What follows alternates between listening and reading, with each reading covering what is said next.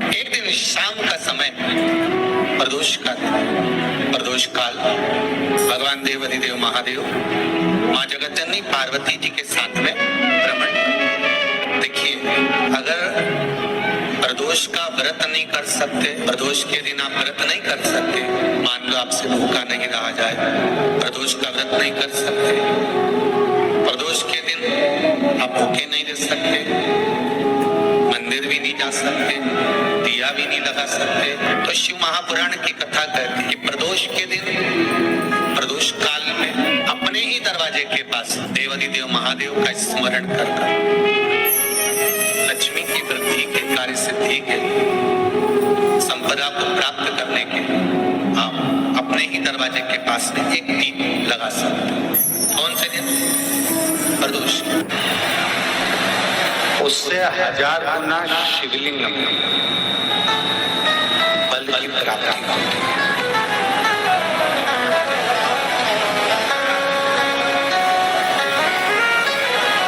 प्रदोष के दिन यदि आपको कहीं से शमी पत्र मिल गया, प्रदोष के दिन यदि कहीं से आपको शमी पत्र मिल गया है और प्रदोष काल, प्रदोष का जो समय होता है, शाम का जो समय होता है प्रदोष काल, 4 प्रदोष 5 प्रदोष आप कर देखिएगा कि आपका कोई काम है, कोई नौकरी के लिए आप अप्लाई कर रहे हैं, कोई समस्या बड़ी विकट आ गई है, कोई तकलीफ बड़ा गला पकड़ रहा है, कोई तकलीफ विकट आ गई है, कोई समस्या विकट आ गई है, प्रदोष के प्रदोष काल अगर एक शमी पत्र भी आप घर के शिवलिंग को, अब ये करने के लिए आपको मंदिर के शिवलिंग नहीं जाना, अपने घर में जो शिवलिंग, चाहे वो स्फटिक का हो, पारद का हो, कंकर शंकर का हो, लकड़ी का हो, जो शिवलिंग तुम्हारे घर में, कांच का हो, चाहे वो नर्मदा के कंकर का हो, नर्मदेश्वर हो, पाषाण का हो, जो शिवलिंग, चांदी का हो, सोने का हो, तांबे का हो, पीतल का हो, जो शिवलिंग तुम्हारे,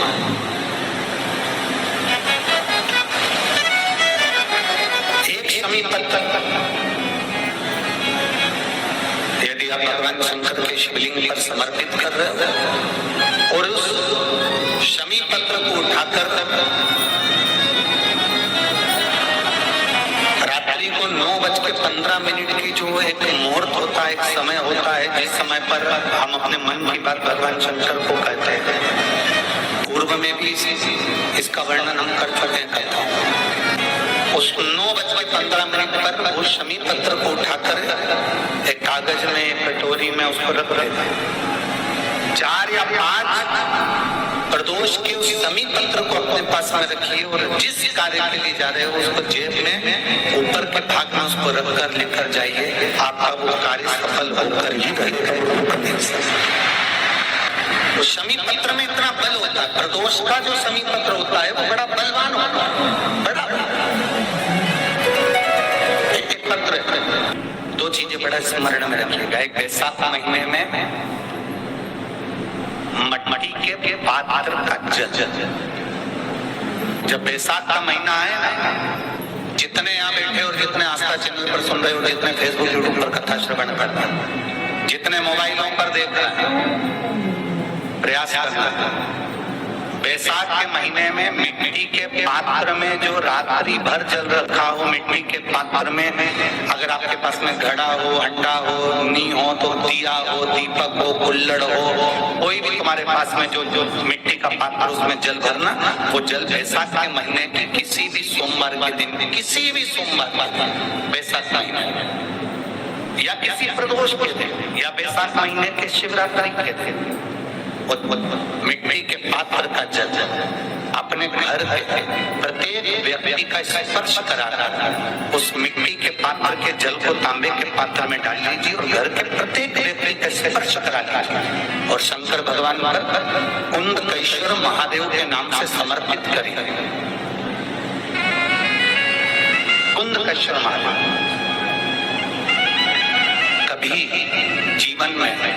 पीछे पलट कर देखने की जरूरत नहीं पड़ेगी, आप उन्नति की सीढ़ी की ओर बढ़ते चले जाएंगे। किसी भी प्रदोष के दिन,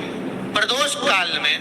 एक बार लगा दे, उसके बाद में अपनी कामना कर कर बेलपत्री एक छोटा सा उपाय अवश्य करिए। अगर बच्चे कोई एग्जाम में बैठ रहे हैं या कंपटीशन एग्जाम है या नौकरी के लिए अप्लाई कर रहे हो, मान लो 4-6 महीने से बैठे हो, 8 महीने से बैठे हो, सर्विस नहीं है, नौकरी नहीं है, तो एक छोटा सा उपाय अवश्य करिए शिव महापुराण का। महाराज बेलपत्री के पेड़ के नीचे विराजमान होकर, बेलपत्री के पेड़ के नीचे जिसको नौकरी के लिए या एग्जाम में बैठ रहा है वो जल चढ़ाए, बेलपत्री के पेड़ के नीचे थोड़ा सा दूध चढ़ाए, फिर जल चढ़ाए और अपने राइट भाग में घी का दिया और अपने लेफ्ट भाग में तेल का दिया। किसी भी प्रदोष के दिन, प्रदोष काल में एक बार लगा दे, उसके बाद में अपनी कामना कर कर बेलपत्री के पेड़ के नीचे धूप लगाकर प्रणाम कर कर आ जाए और चले जाए इंटरव्यू के लिए, बाबा उत्तीर्ण करा ही देगा, नौकरी दिलाए। जिस दिन रविवार की प्रदोष पड़े थे उस दिन एक लाल वस्त्र में पीली सरसों रखकर और उसके अंतर्गत कुछ भी एक, या तो बमुल का कांटा ना मिले तो गुलाब का कांटा ही उसके अंतर्गत रखिए। और मान लो कोई काम ऐसा है कि उसमें पैसा तुम्हारा आ ही नहीं गया, बहुत घाटे पर घाटा जा रहा है, नुकसान तो हो रहा है और कोई काम हो ही नहीं रहा, तो महाराज जिस दिन रविवार की प्रदोष पड़े उस दिन एक लाल वस्त्र में पीली सरसों रखकर और उसके अंतर्गत कुछ भी एक, या तो बमुल का कांटा ना मिले तो गुलाब का कांटा ही उसके अंतर्गत रखिए और उसको शिव मंदिर का स्मरण कराकर शंकर भगवान का नाम लेकर रू भैरव, कौन सा भैरव है उसकी भी कथा भी आने वाली है। दारुक नाम के राक्षस का संहार करने के लिए जब माता अवतार लेगी तब शंकर भगवान बच्चे का रूप रखकर रोएंगे, तो शिव जी का एक नाम होकर रू भैरव। ये भैरव कहाँ पर रहता है, तो कहा ये शमशान में रहता है। कहाँ रहता है ये भैरव? शंकर का जो एक अवतार है रू भैरव, ये भैरव अवतार शमशान में रहता है। तो इस भैरव का काम क्या है, तो कहा शमशान में, शमशान की जो अग्नि होती है भले की लकड़ी रहे, भले उसमें कोई पदार्थ डाले ना डाले, थोड़ी देर में वो अग्नि रू आवाज, हल्की सी शमशान की जो अग्नि जलती है उसमें आवाज आती है। आप ऐसे कोई अग्नि जलाएंगे ना, आवाज नहीं है, ध्यान देना। शमशान में अगर जो लोग गए होंगे मुर्दा जलाने के लिए, तो अगर वो एकांत में बैठेंगे तो उसमें से आवाज आती है रू। तो शिव पुराण कह रही है कि उस सरसों को, कांटे को रू भैरव का नाम लेकर जिस व्यापार जो नहीं चल रहा है, दुकान जो नहीं चल रही है, उस दुकान के सामने, उस व्यापार के सम्मुख में उसको जला दिया जाता है। ये करा जाता है रवि प्रदोष के। कौन से प्रदोष? रवि प्रदोष के, जो सुख का भान कराता है, व्यापार की उन्नति के लिए, समृद्धि के लिए, लक्ष्मी के लिए इसका प्रयोग किया जाए। तो यहाँ पर दारुक नाम का जो असुर है, दारुक नाम का जो राक्षस है, उसका एक ही कहना है कि मैं मरू, मना नहीं है ब्रह्मदेव पर को। नंदी का एक पांव ऊपर होता है, आप लोग दर्शन करे होंगे शंकर जी के मंदिर में नंदी के, तो नंदी का एक पांव उठा हुआ होता है, एक पांव नीचे होता है। हड्डी से जुड़ा हुआ रोग, नेत्रों से जुड़ा हुआ, मस्तिष्क से जुड़ा हुआ कोई रोग रहता है, तो एक नीले कलर का फूल आता है हमारा,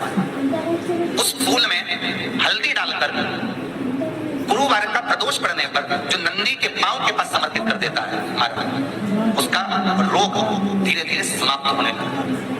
लिंग पुराण कहती है कि नंदीश्वर भगवान के सामने जो पुष्प समर्पित करा जाता है उसको, ये तो लिखा था स्कंद पुराण और शिव पुराण। लिंग पुराण कहती है जो फूल आपने समर्पित करा उसको लाकर पानी की बाल्टी में डालकर आप स्नान भी कर सकते हो, उससे भी हड्डी के जितने रोग होते हैं उसमें आराम करते हैं। जैसे कहीं शरीर नहीं चल रहा, हाथ झुंड पड़ रहा है, हाथ काम नहीं कर रहा, हाथ में झुंझुनी आ रही है, कंपन आ रहा है, जैसे मान लो कोई काम, चाहे वो शनिचरी प्रदोष हो, चाहे रविवार की हो, सोमवार की हो, मंगल की हो, बुधवार की हो, गुरुवार की हो, शुक्रवार की हो, शनिवार की हो, कोई भी वार की हो, प्रदोष, प्रदोष काल में शाम का समय सूर्य डूब रहा हो, बस डूबा ही हो, और उस समय पर केवल 3 दिन ऐसे रहेंगे, 3 बार ऐसे रहेंगे, 3 तिथियां ऐसी रहेंगी, 3 समय ऐसा रहेगा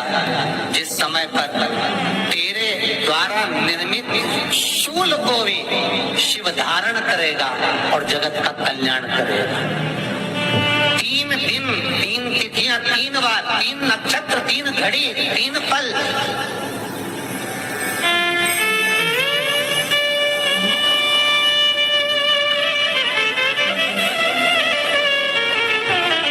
जिसमें बाबा शूल भी धारण करते हैं। और शूल अकेले धारण नहीं करते महाराज, जो धतूरा होता है ना, दर्शन करें धतूरे के कांटे कांटे सा होता है धतूरा, तो वो धतूरे के साथ में बाबा शूल धारण करते हैं, बेलपत्री के शूल को। ये बहुत बहुत आनंदमय कथा है महाराज, जिसके जीवन में हमेशा कांटे ही मिले हैं। बेटी बड़ी हुई तो घर में मायके में दुख देखा, और मायके से गई ससुराल में तो ससुराल में दुख देखा।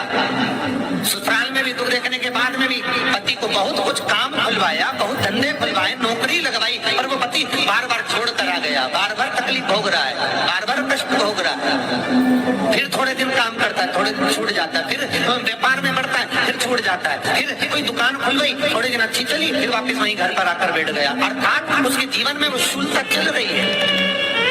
तो बाबा देवाधिदेव महादेव कहते हैं कि 3 घड़ी 3 पल 3 नक्षत्र 3 समय 3 दिन में जो शूल मुझे समर्पित करता है, उसके जीवन से मैं शूल हटा देता हूं। वो 3 दिन लिखे स्कंद पुराण।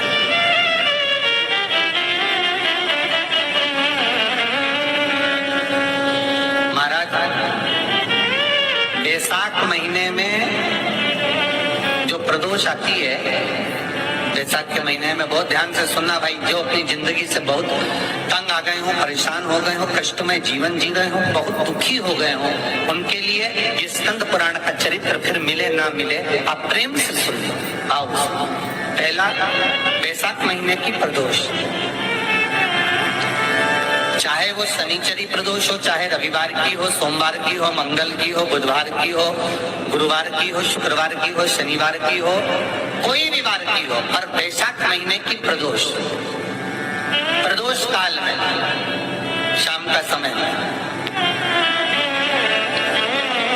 सूर्य डूब रहा हो, बस डूबा ही हो, और उस समय पर सूर्य के डूबन के तुरंत बाद बाबा को धतूरे के साथ में बेलपत्री ना चढ़ाते हुए बेलपत्री के वृक्ष के 7 कांटे बाबा के शिवलिंग पर समर्पित करे जाते हैं महाराज, अपनी जिंदगी में अड़चनों को हटाने के लिए। फिर आप जिस व्यापार में उतरे, जिस व्यवसाय में उतरे, जिस नौकरी में उतरे, आप दिल से करें, आपको तरक्की मिलेगी। आप हार नहीं सकते, नीचे नहीं आ सकते, उन्नति पर ही चढ़ेंगे। एक वैशाख मास की प्रदोष, दूसरा शिवरात्रि के दिन मध्याह्न का समय महाराज, जो बड़ी शिवरात्रि होती है माघ की, बड़ी शिवरात्रि के अंतर्गत मध्याह्न का समय दोपहर के ठीक 12 बजे, चाहे फिर वो कोई भी दिन हो हमारा, शिवरात्रि जिस दिन पड़ रही हो,